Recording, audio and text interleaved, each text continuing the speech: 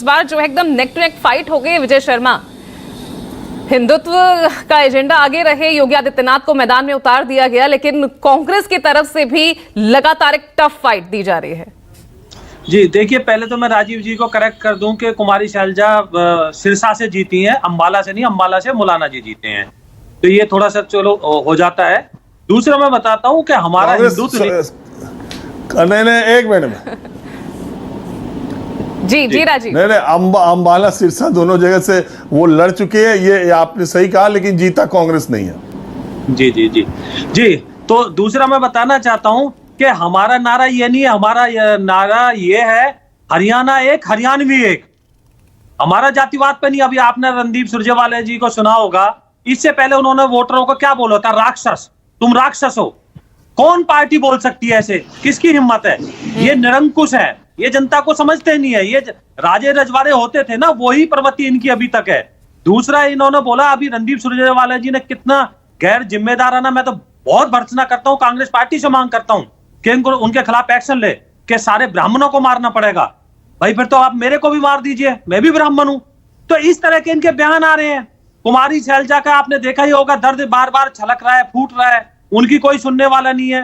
तो हमारा बीजेपी का जो है जनता के साथ गठजोड़ हो चुका है। राजीव रंजन जी ने बताया है किस तरह से सारी सीटों पे मुकाबला बीजेपी के साथ ही है, कांग्रेस का और अन्य दलों का भी।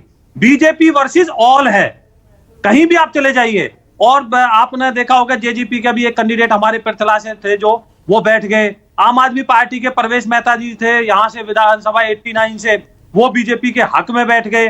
तो बाकी पार्टियों के तो मुझे नहीं लगता कि कोई किसी तरह की इतनी बड़ी भूमिका होगी। बाकी बीजेपी के साथ इनका सबका मुकाबला, सारे लोग कह रहे हैं कि हमारा बीजेपी के साथ है। तो निश्चित तौर पे पूजा जी हमारा ट्रैक रिकॉर्ड है ये। आप मध्य प्रदेश चले जाइए, आप उत्तराखंड चले जाइए, आप आसाम चले जाइए, गुजरात चले जाइए, आप दूसरे राज्यों में चले जाइए। जहां हम एक बार आ जाते हैं तो वहां हम इतना विकास कार्य करते हैं, लोगों के दिलों में राज करते हैं, सेवा करते हैं कि जनता हमें बार बार मौका देती है। तो 10 को बाद ऐसा रिकॉर्ड बनने जा रहा है कि हरियाणा में तीसरी बार बीजेपी की सरकार बनने जा रही है। तो लोकसभा चुनाव में वो मौका क्यों नहीं दिया? क्यों आपको बराबरी पर लाकर खड़ा कर दिया?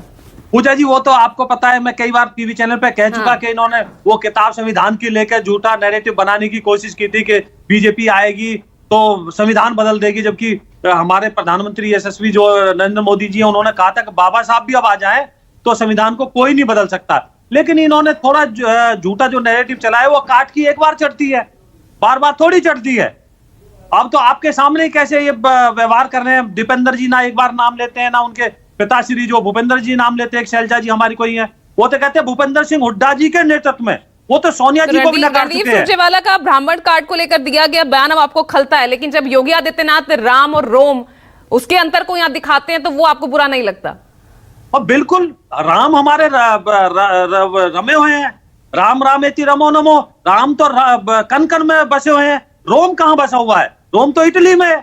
तो कैसे तुलना कर सकते हैं हम एक बाहरी उसकी? बताओ आप मुझे। रोम से थोड़ी चलेगा, यहाँ राम राज्य से चलेगा। हर आदमी कल्पना कौन करता चला रहा है रोम राज्य? कौन चला रहा है यहाँ पर? नहीं, रोम राज्य चला रहे हैं वो समझ गए होंगे पूजा जी। ये तो सारा देश जानता है कि किस तरह से सांप्रदायिक बिल लाने की कोशिश की थी मनमोहन सरकार में। सारे देश को नहीं पता है क्या?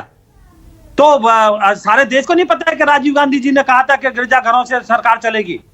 ये तो सबको पता है, मुझे कहने की क्या जरूरत है? मैं क्यों टाइम वेस्ट करूं इस चीज में? तो मैं तो ये बताना चाहता हूं कि बीजेपी बहुत अच्छे से लड़ रही है। प्रियंका गुप्ता,